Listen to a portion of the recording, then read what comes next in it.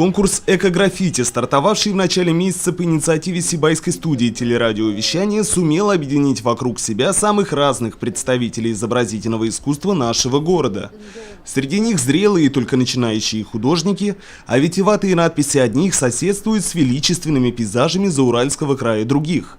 Раиль Латыпов, художник-оформитель Центра народной культуры и досуга города Сибай, самый старший и опытный участник проекта, как ни странно, тоже дебютант. В уличном искусстве пробует себя впервые. Рисовать на городских стенах не приходилось даже в детстве, вспоминает автор размашистой композиции. Зато довелось много колесить на велосипеде по местам родного края.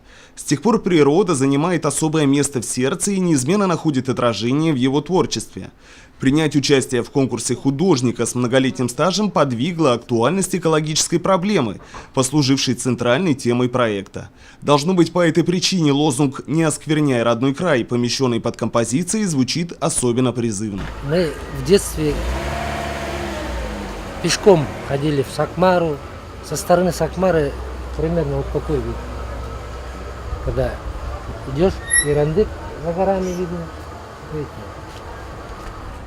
Ну, это композиция сборная.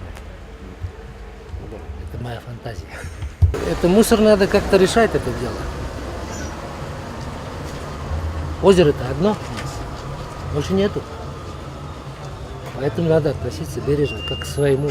Не надо издевательски относиться.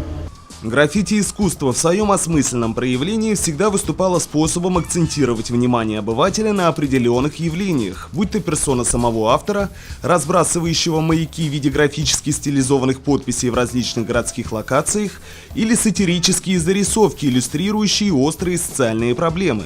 Совсем иную категорию составляют надписи, принадлежащие рукам вандалов, и не несущие в себе никакой концептуальной ценности. Именно они, как признаются сами художники, и наносят самый большой урон репутации уличного искусства в лице городской общественности. Серьезные художники долго вынашивают замысел и проходят несколько стадий подготовки, от разработки эскиза до скрупулезного планирования действий на месте, поскольку ресурс времени зачастую ограничен. Согласно задумке организаторов, в лице сибайского телевидения проект изначально базировался на идее предоставить местным художникам свободную площадку для самовыражения, что позволит направить их творческую энергию в благое русло.